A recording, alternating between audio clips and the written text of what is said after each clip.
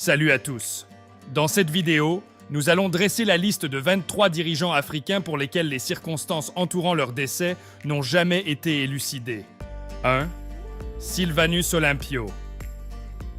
Sylvanus Olympio, né le 6 septembre 1902 à Kpando, au Togo, a joué un rôle crucial dans la quête d'indépendance de son pays.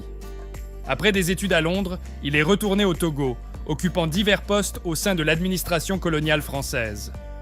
En tant que leader du Comité de l'Unité togolaise, CUT, il a été un acteur majeur dans la lutte pour l'indépendance, qui a finalement abouti le 27 avril 1960.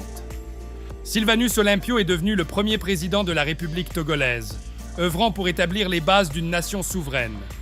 Cependant, son mandat fut brutalement interrompu le 13 janvier 1963, lorsqu'il a été assassiné lors d'un coup d'État militaire.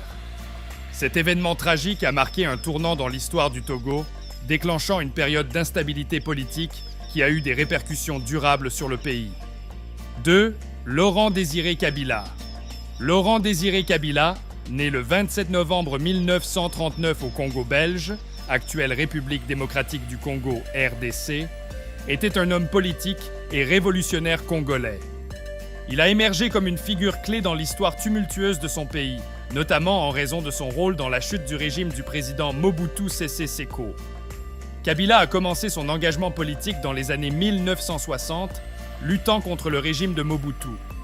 Cependant, il n'a atteint la notoriété internationale qu'à partir de 1996, lorsque, soutenu par des forces rebelles et des pays voisins, il a mené une rébellion réussie contre Mobutu.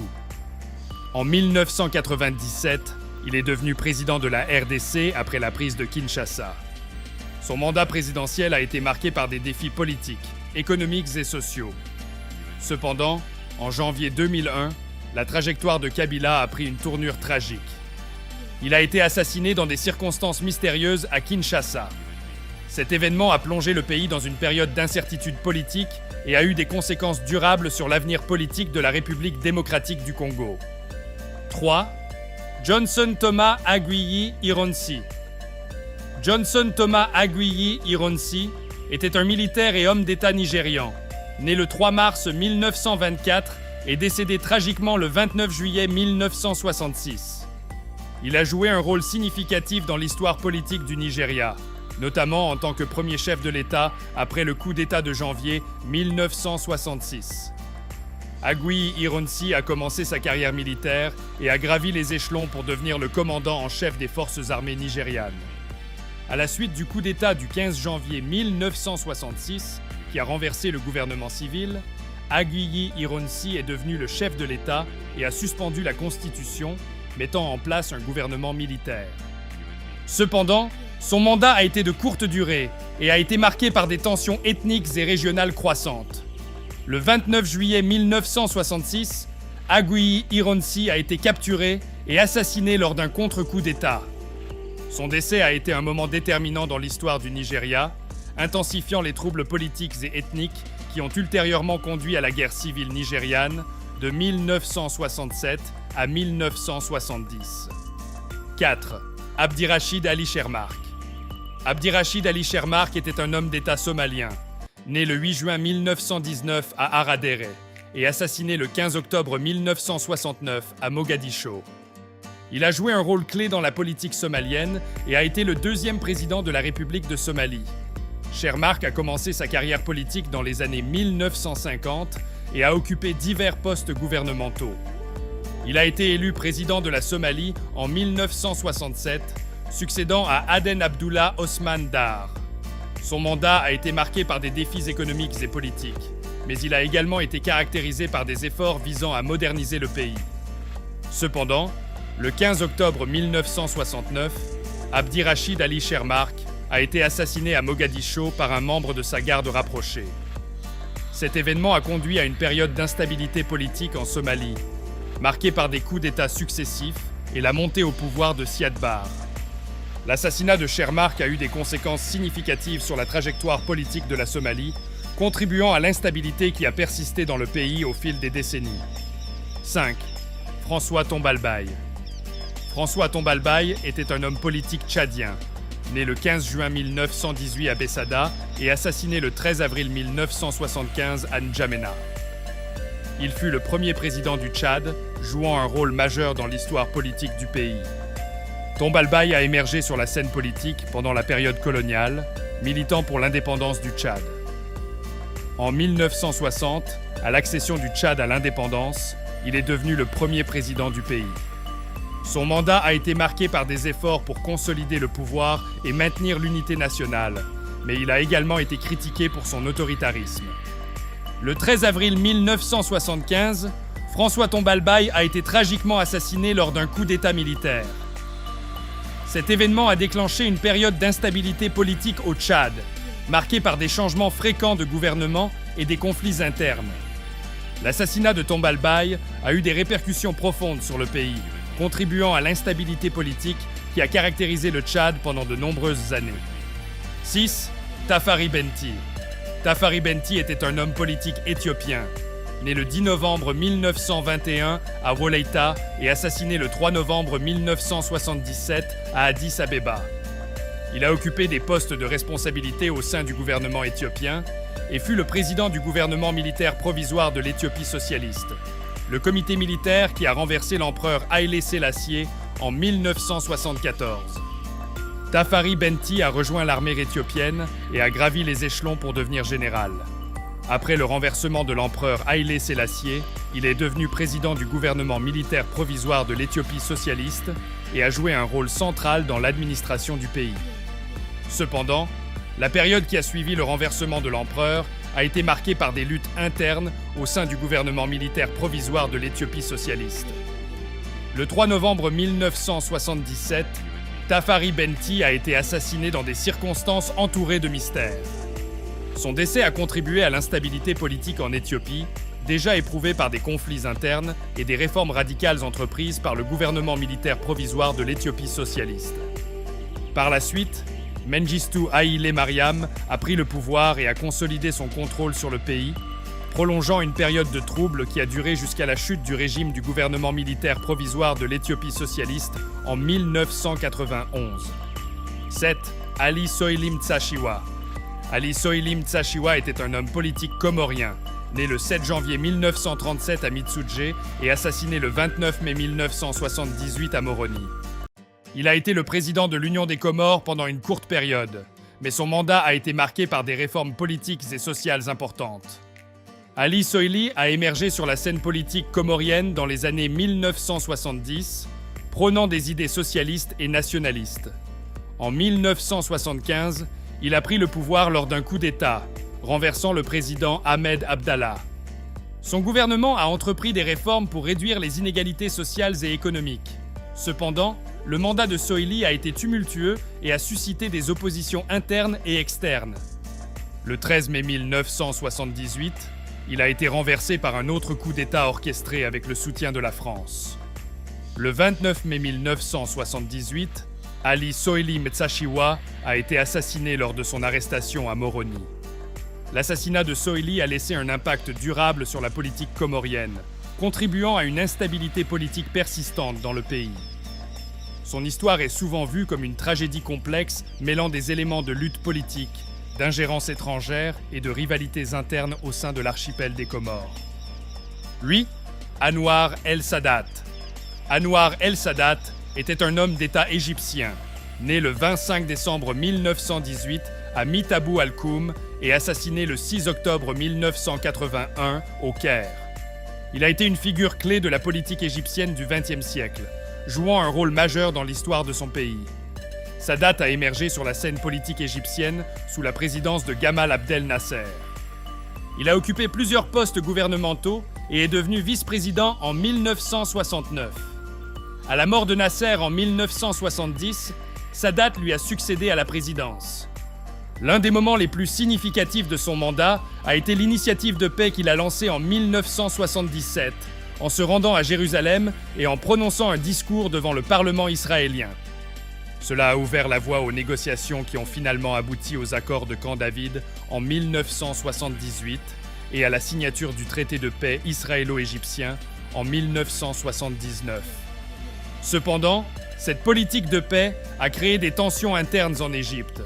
Et le 6 octobre 1981, lors d'une parade militaire à l'occasion de la journée de la victoire, Anwar el-Sadat a été assassiné par des membres de son propre armée.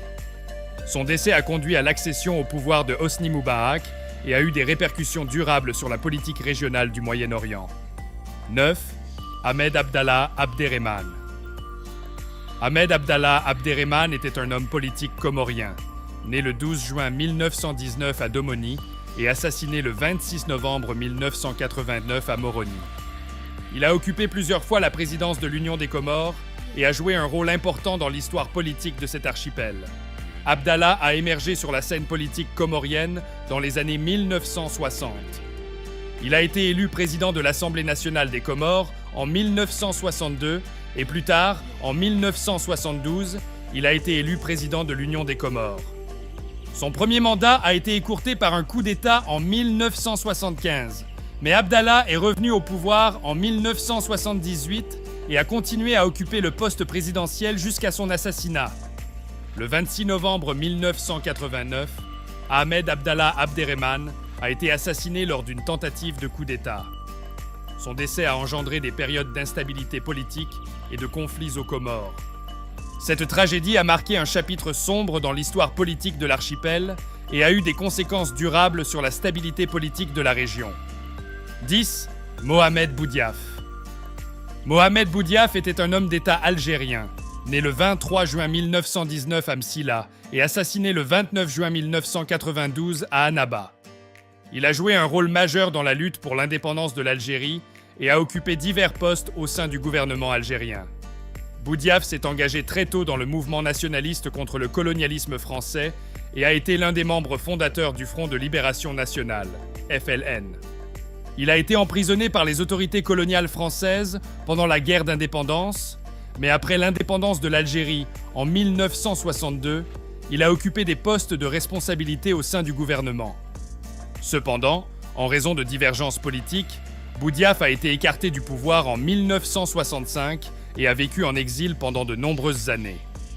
Il est retourné en Algérie en 1992 dans un contexte de crise politique et sociale profonde.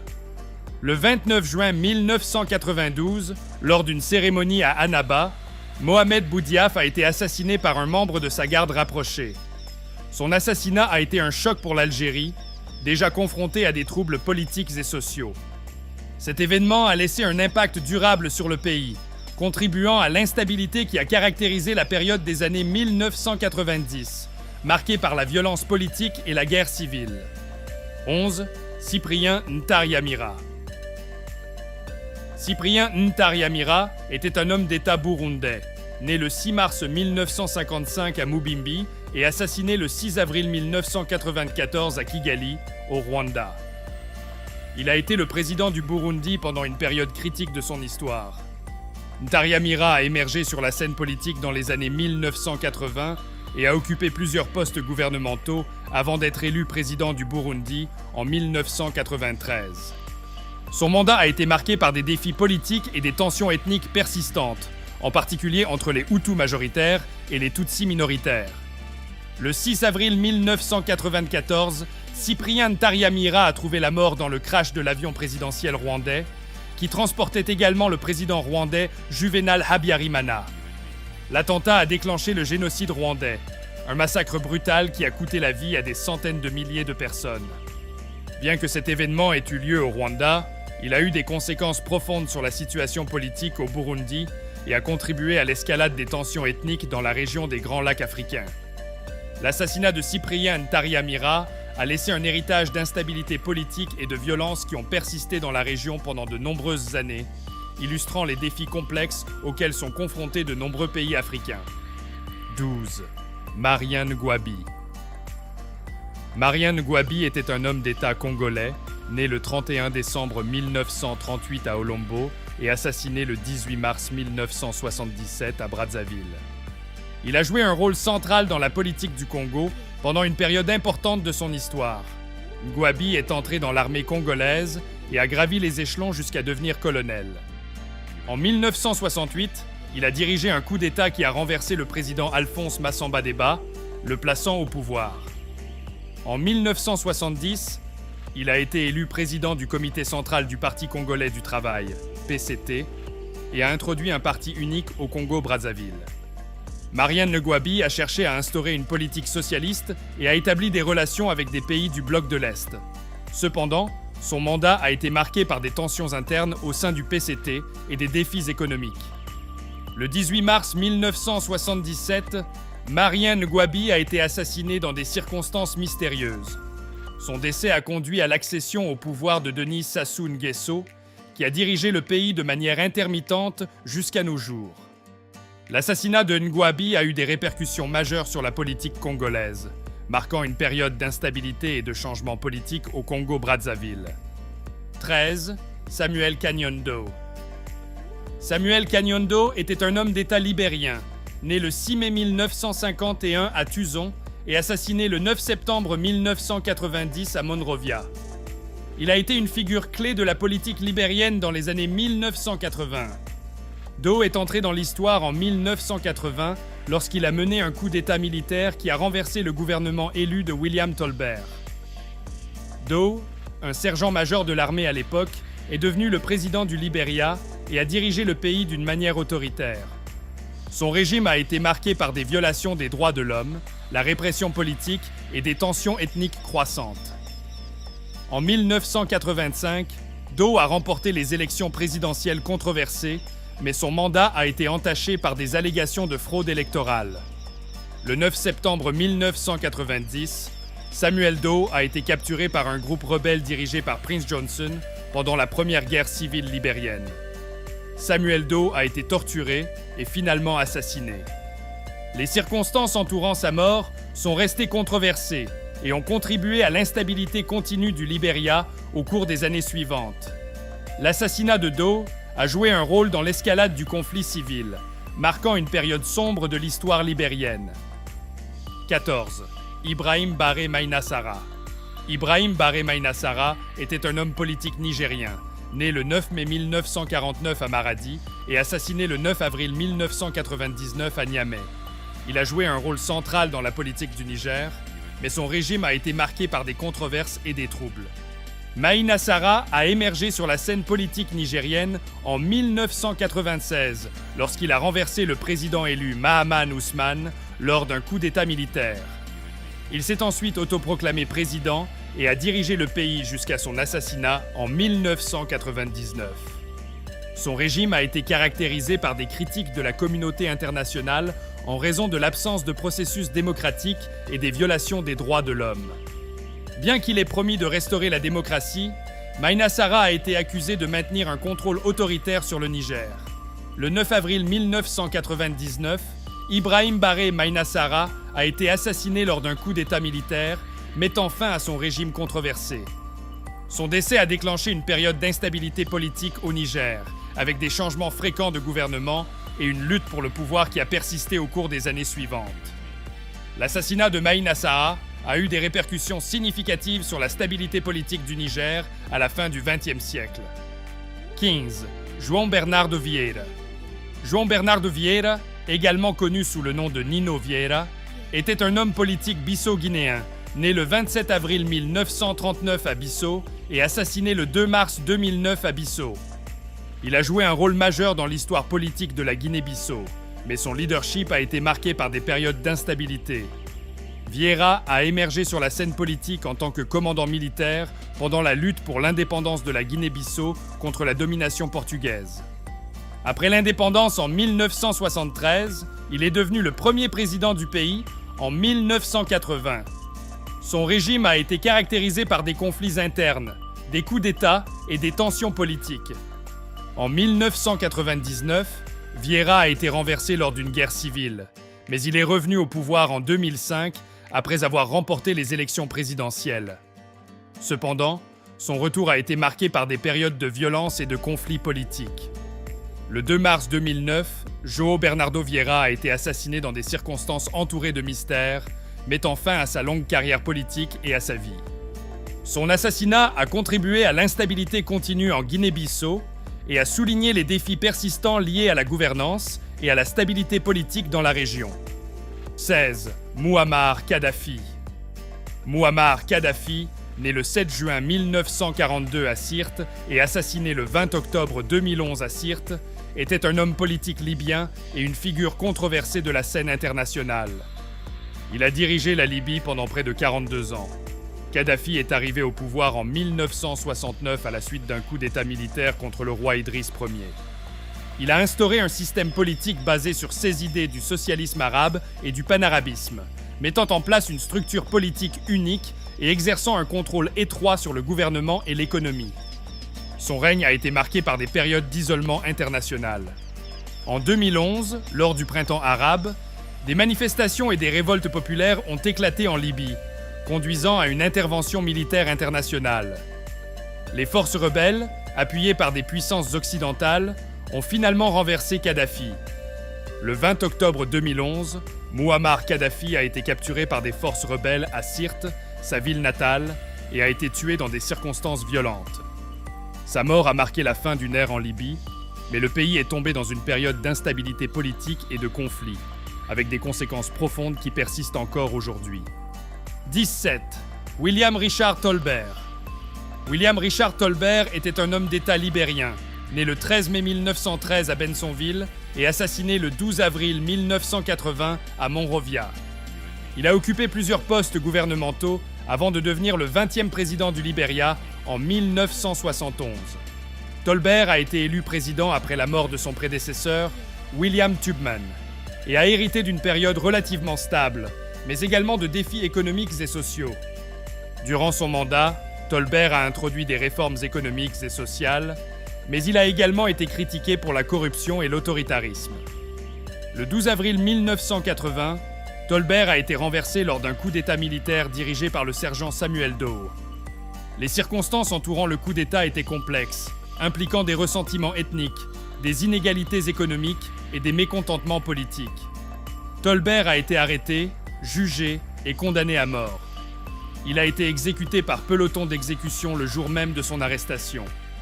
L'assassinat de William Richard Tolbert a marqué un tournant dramatique dans l'histoire du Libéria, inaugurant une période d'instabilité politique et de violence.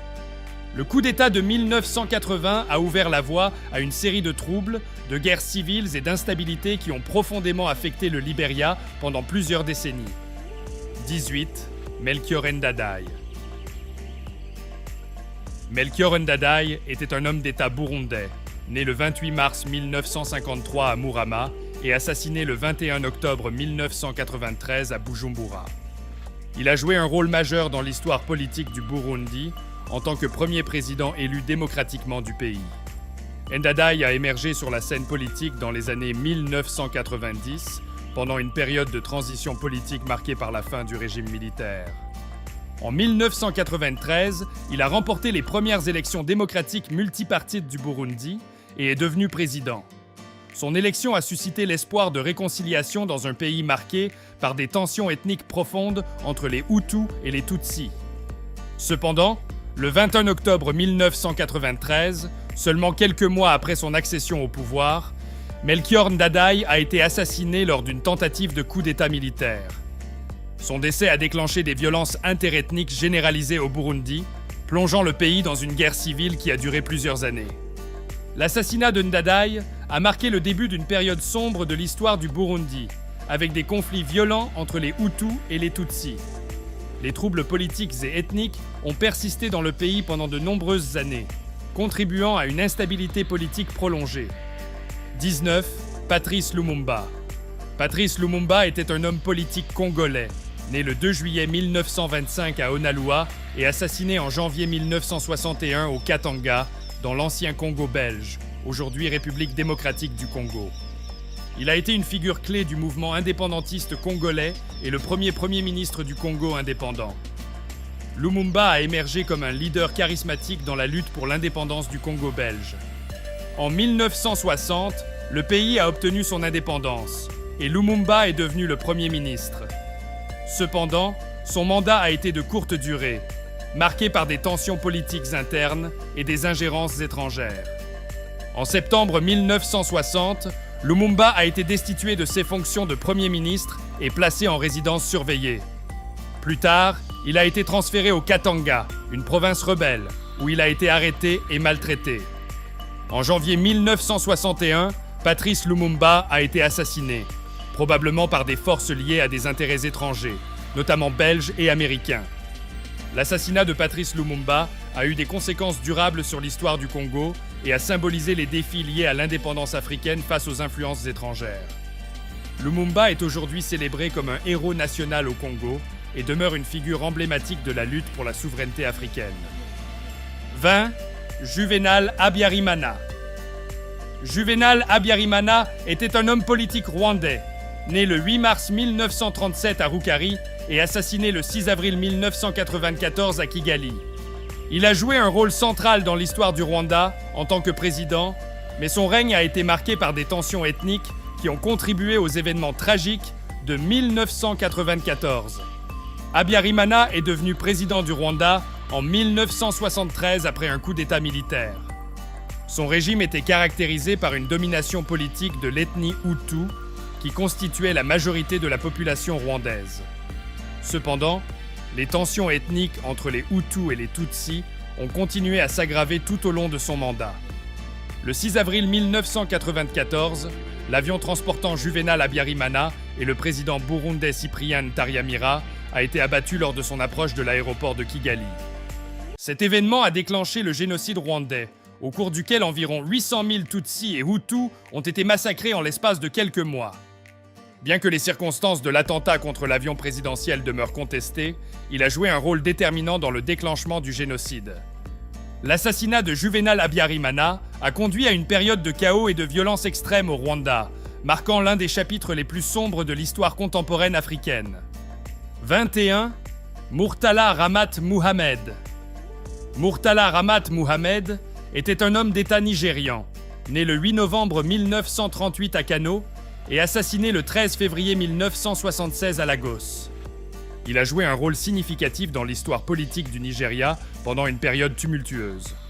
Mohamed a émergé sur la scène politique après le coup d'État militaire de juillet 1975 qui a renversé le gouvernement civil dirigé par Yakubu Gowon.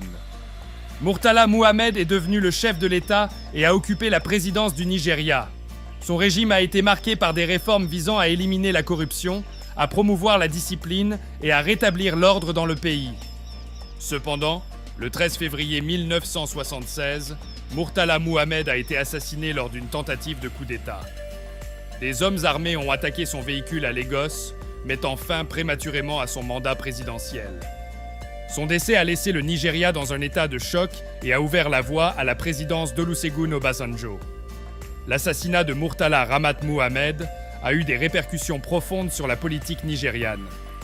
Bien que son temps au pouvoir ait été relativement court, son héritage est souvent salué pour son engagement envers la lutte contre la corruption et son plaidoyer en faveur d'une gouvernance plus transparente au Nigeria. 22. Richard Ratsimandrava. Richard Ratsimandrava était un homme d'État malgache, né le 27 mars 1931 à Ambositra et assassiné le 11 février 1975 à Antananarivo. Il a brièvement occupé la présidence de Madagascar avant son assassinat, jouant un rôle majeur dans la politique du pays. Ratsimandrava a émergé sur la scène politique au début des années 1970. En 1972, il est devenu le premier ministre de Madagascar sous la présidence de Gabriel Ramanantsoa. Cependant, cette période était marquée par des tensions politiques et sociales, et Ratsimandrava a été confronté à des défis importants. Le 5 février 1975, Gabriel Ramanantsoa a démissionné de la présidence et a été remplacé par Richard Ratsimandrava. Cependant, seulement 6 jours après son accession à la présidence, Ratsimandrava a été assassiné dans des circonstances mystérieuses le 11 février 1975. Son assassinat a plongé Madagascar dans une période d'instabilité politique et a été suivi de plusieurs coups d'État successifs.